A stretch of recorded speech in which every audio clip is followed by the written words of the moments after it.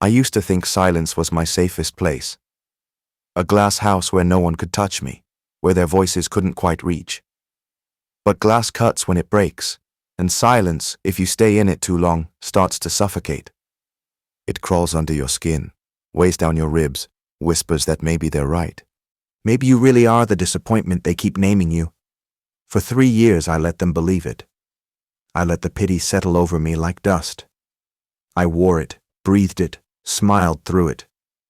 And every time I felt the urge to scream the truth, I swallowed it instead. Because some fires have to burn in the dark before they're ready to consume everything. 3 days ago I walked into my mother's dining room wearing the same faded gray sweater they'd mocked since the first Christmas after I quit the Haute Capital. They saw the sweater and saw failure. I saw camouflage. The room smelled of lavender candles and old money.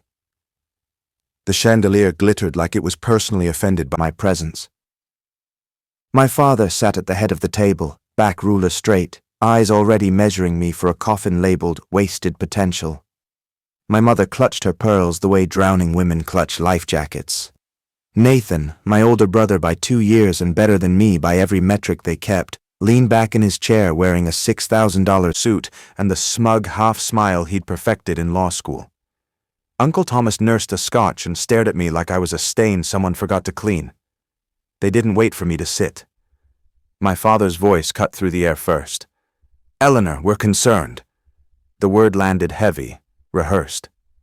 Nathan jumped in before I could answer. "Ellie, I get it. Starting over is brutal, but HarperCline is hiring. I can have you in for an interview tomorrow. You don't have to keep pretending that little startup is going anywhere." He waved a manicured hand at my sweater, my hair twisted into a messy knot, the absence of anything shiny on my wrists. Mom's lips trembled. "Darling, you were a director at 27. You had everything. Why throw it away on software?" She said the word like it tasted bad. Uncle Thomas snorted. 3 years. 3 years of burning through your trust fund on fairy tales. I felt the familiar sting behind my eyes. The same one I'd felt at every family dinner, every holiday toast, every time Nathan casually mentioned my sister's gap year that never ended. My pulse hammered in my throat. My phone sat face down beside my plate, screen dark, timer counting down. 2 minutes. I folded my hands in my lap so they wouldn't see the tremor. Not fear. Anticipation.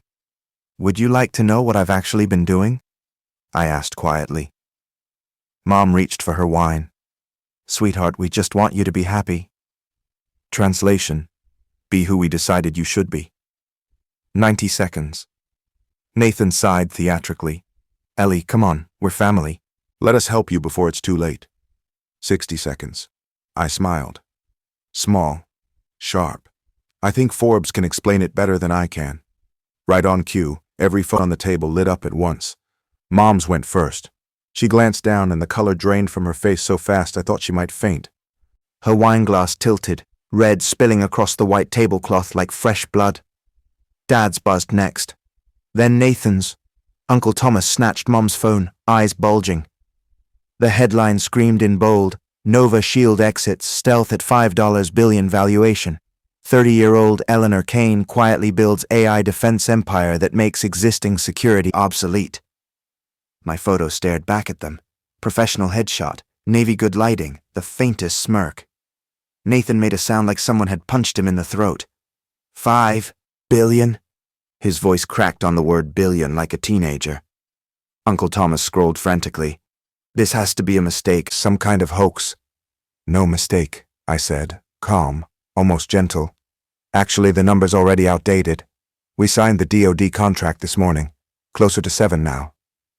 The room went so quiet I could hear Mom's pearls clink as her chest rose and fell too fast. Dad sank into his chair like his spine had dissolved. Mom's hand flew to her mouth. Nathan stood, knocking his chair backward. All this time, the apartment, the car, choices, I finished for him. I didn't need a penthouse to prove I was winning. I just needed you to keep underestimating me. I pulled my tablet from my bag and woke the screen.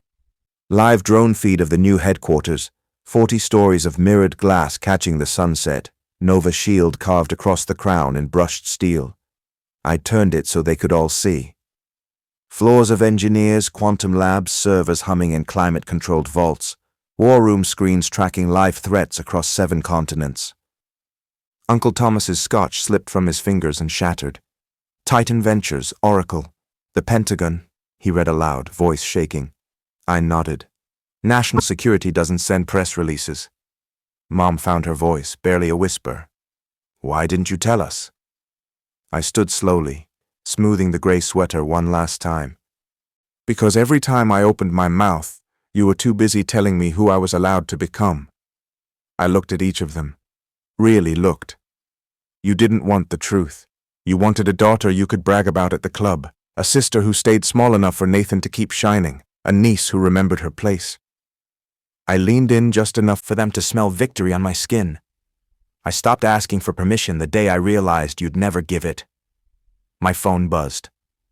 Text from Lena, my COO. Helicopter on the roof. CNN in 20. Stock already up 38% pre-market. I let them see the screen. Dad made a broken sound like someone had pulled the plug on his entire universe. Mom was crying silently, tears cutting tracks through her perfect foundation. Nathan just stared, mouth open, the golden boy suddenly speechless. I walked to the door, stopped, turned back one last time. Oh, and Nathan. He looked up, eyes glassy. Keep that paralegal listing you printed for me. You might need it someday. I stepped into the hallway. The door closed behind me with the softest click, but inside that dining room it sounded like the end of the world. The helicopter lifted off the roof 20 minutes later.